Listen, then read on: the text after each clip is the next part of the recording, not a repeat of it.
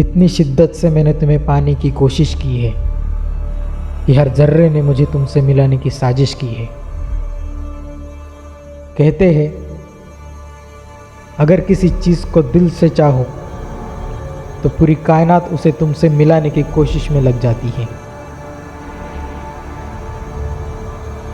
Welcome to my channel and मैं हूँ SK और आपका स्वागत है हमारे एक नए वीडियो में। तो आपका भाई आ चुका है एक नए वीडियो के साथ। जैसे कि मैंने आपको प्रॉमिस किया था कि मैं हर हफ्ते आपको एक बुक का रिव्यू दूंगा, तो एज़ पर कमिटमेंट आपके भाई ने और एक किताब पढ़कर ख़त्म कर दी है जिसका कि नाम है द सीक्रेट। तो काफ़ी लोगों की ज़िंदगी इस किताब ने बदल दी है, तो हमने सोचा कि क्यों ना हम और हमारे व्यूअर भी हमारी ज़िंदगी चेंज कर दें। तो ये जो किताब है ये मुझे पढ़ने में बहुत इंटरेस्टिंग है, 2-3 दिन ही लगे। जैसा कि मैंने आपको बताया था कि आपके भाई का काम करने का जो स्पीड है वो लैम्बो के जैसा है, और इस टाइम पे जो हमारा स्पीड हो चुका था वो प्राइवेट जेट की तरह हो चुका था, फाइटर जेट की तरह, सॉरी, इतना तेज़। तो ये किताब पढ़ने में जब मैं बैठा तो बहुत ही इंटरेस्टिंग है इसके अंदर सब कुछ।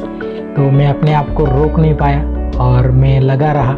जैसे ही मुझे टाइम मिलता था तो मैं निकाल के उसको बैठ जाता था पढ़ने।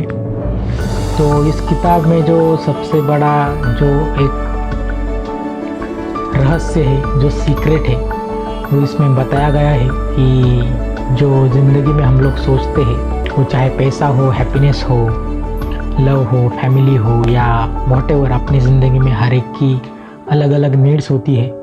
उसके हिसाब से आपको जो भी चाहिए वो आपको मिल सकता है। जैसे कि पुरानी एक सीरियल आती थी, अगर आपने देखा होगा, मेरे बचपन की फेवरेट सीरियल थी शाका लाका बूम बूम। वो पेंसिल से कुछ एक ड्राइंग बनाता था वो लड़का, और सडनली वो चीज़ें वहाँ पे आ जाती थी। एंड दूसरा जो है अलादीन का चिराग, उसके अंदर से जब भी जीन निकलता था उसे हम जो भी बताते थे वो सब हमें मिल जाता था। वो कैसे होता था वो सब इस किताब के अंदर है। तो कुछ शर्तें हैं उनकी, बहुत मतलब इतना भी कुछ आसान है नहीं, तो उसको हम लोग आज देखेंगे।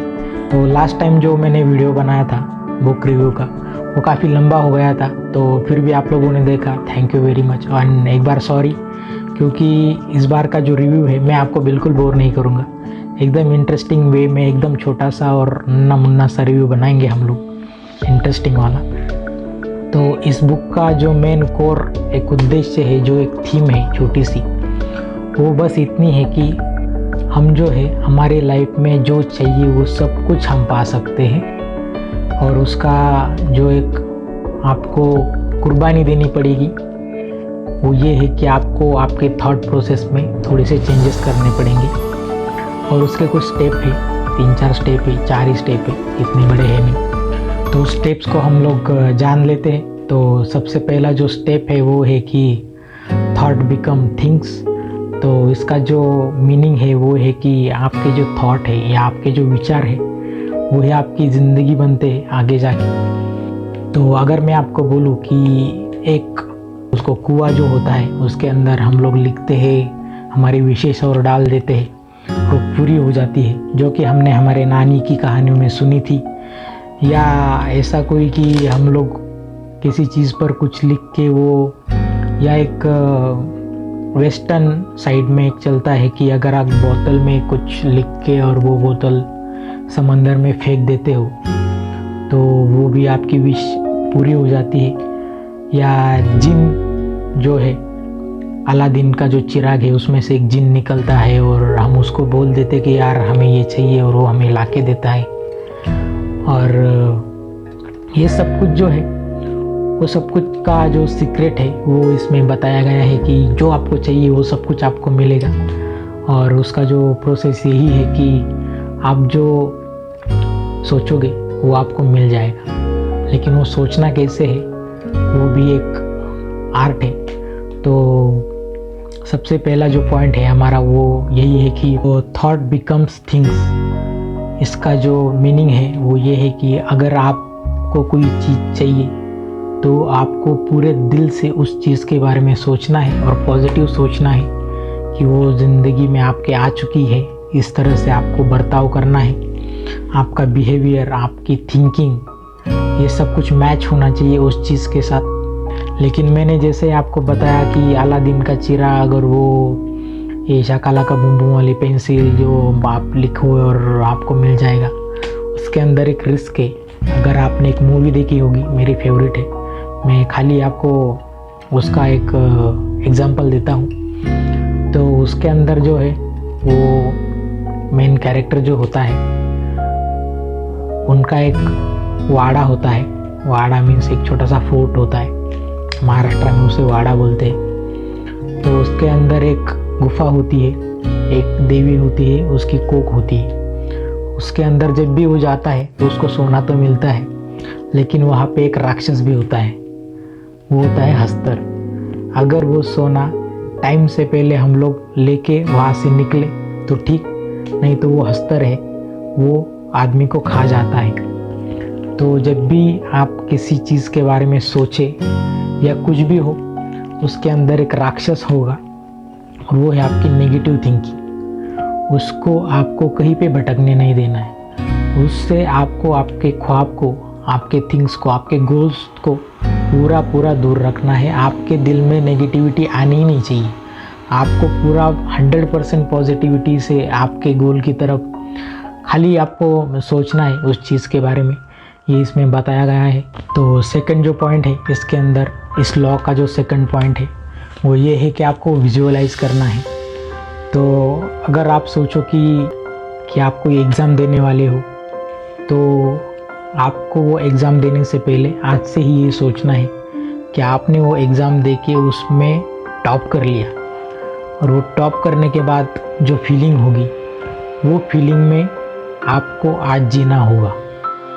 ऐसा सब कुछ है। अगर आप आज गरीब हो, आपको लगता है कि मैं अमीर हो जाऊँ, तो अमीर हो जाने के बाद आपके जो थॉट्स होंगे, आपका जो थॉट प्रोसेस होगा, आपकी जो सोचने की जो क्षमता होगी, आपको आज से ही वैसे ही बिहेव करना स्टार्ट करना पड़ेगा। और आपको विजुअलाइज करना पड़ेगा कि यार वो जो मेरा गोल है वो कंप्लीट हो चुका है, पूरा कंप्लीट हो चुका है, और मैं अभी उसमें जी रहा हूँ। ये जो कि है विजुअलाइजेशन में आपको करना पड़ता है। तो थर्ड पॉइंट इसमें जो है वो ग्रैटिट्यूड और पॉजिटिविटी। तो मैं इस चीज़ से पूरा रिलेट करता हूँ, क्योंकि ज़िंदगी में मुझे भी बहुत कभी कभी नेगेटिविटी फील होती है और पूरा अंदर से मैं टूट जाता हूँ। लेकिन जब भी मुझे खुश होना होता है तो मैं एक ही देखता हूँ कि मैं अपने आजू बाजू देखता हूँ कि यार ऐसे लोग हैं जिनके पास खाना नहीं है, जिनके पास कपड़े नहीं है, रहने के लिए घर नहीं है। तो हमारे पास जो भी चीज़ें हैं, हम इतनी अच्छी लाइफ जी रहे, तो हमें उस चीज़ के बारे में एक ग्रैटिट्यूड रखना चाहिए कि हमें ये मिला है। और इसके लिए हम जब भी एक ग्रैटिट्यूड फील करते हैं कि एक थैंकफुल होते हैं, गॉड का बोलो या नेचर का बोलो। अगर आप गॉड में मानते हो तो आप गॉड का करोगे, अगर नहीं हो तो आप नेचर का बोलोगे। तो एक जो कोई तो एक पावर है जो हमारे ऊपर काम करती है। अगर हमें ग्रैटिट्यूड से अगर भर जाए, खुद को एक थैंकफुल अगर हम हो जाए, तो हमारे पास जो भी है उसकी जो खुशी है वो हमें मिलनी स्टार्ट हो जाती है। और अगर हम ऐसे ही पॉजिटिवली सोचते, तो अगर आप इसका एक एग्जांपल ले लो, समझो मैं और मेरा एक दोस्त है, और हम दोनों का भी एक ड्रीम है कि हम लोग एक कार ले ले, जो भी हो, मैं ब्रांड वगैरह ये नहीं बोलूँगा, वो हम कार ले ले। अगर मैं और मेरा दोस्त इन दोनों में से अगर मेरे दोस्त ने मुझसे पहले अगर कार ले ली, तो सबसे पहले जो फीलिंग हमारे अंदर आती है वो जेलसी की आती है, और थोड़ी सी नेगेटिवली आती है कि यार मेरे साथ क्यों नहीं ये। अगर आपके पास ग्रैटिट्यूड और पॉजिटिविटी है, अगर आप उस चीज़ को ऐसे देखते हो कि यार मेरे भाई को तो अभी मिल गया ये सब कुछ है, तो इसके पीछे मुझे भी मिल जाएगा, और आप अगर उनकी खुशी में जाके शामिल होते हो, पूरा खुश होते हो, तो पूरी प्रोबेबिलिटी है कि आपके पास भी वो कार आ जाएगी। तो जब भी हम किसी को देखते हैं सक्सेसफुल होते हुए, तो हमें उनसे पॉजिटिव ही अप्रोच रखना है कि यार इसको अगर मिल सकता है तो मुझे भी मिल सकता है। अगर हम लोग उसकी खुशी में शामिल होते हैं, तो जो नेचर है या जो लॉ ऑफ अट्रैक्शन है वो हमें भी कैपेबल मान लेता है उस चीज़ के लिए कि यार ये भी है, तो इसको भी वो सब कुछ दिया जाए। तो इस तरह से ये सेकंड पॉइंट हमारा काम करता है। तो इस लॉ का जो थर्ड पॉइंट है वो ये है कि आपको बिलीफ रखना है, आपको विश्वास रखना है इस चीज़ के बारे में। जो भी ये प्रोसेस है जो इसमें बताया गया है कि आपके गोल को आपको पहले सोचना है, उसके बाद उसको विजुलाइज करना है, उसके बाद आपको ग्रैटिट्यूड और पॉजिटिव माइंडसेट रखना है, और ये सब करते हुए आपको ये भी एक बिलीफ रखना है कि ये सब कुछ काम करेगा ही करेगा। ये अगर बिलीफ आपके पास है, ये सब कुछ चीज़ें अगर जुड़ गई, तो ये जो लॉ है वो पूरी तरह से काम करने में सक्षम हो जाता है या एक्टिवेट हमारे लैंग्वेज में। तो जैसे ही ये एक्टिव हो जाता है तो हमारी ज़िंदगी में हमें जो भी चाहिए वो स्पेसिफिक कितना जो उसका टाइम फ्रेम हो, कम से कम टाइम फ्रेम में वो आपको मिल जाता है। ये पॉइंट्स जो है वो इस लॉ में बताए गए हैं।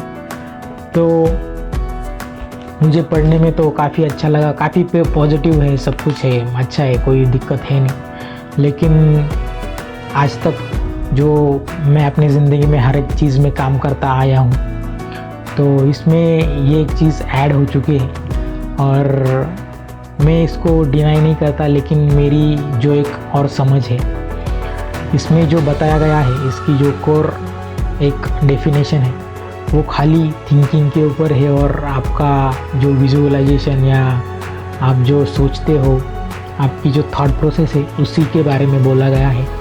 इसमें कहीं पे ऐसा नहीं बोला गया कि आपको उस चीज़ के लिए काम करना होगा।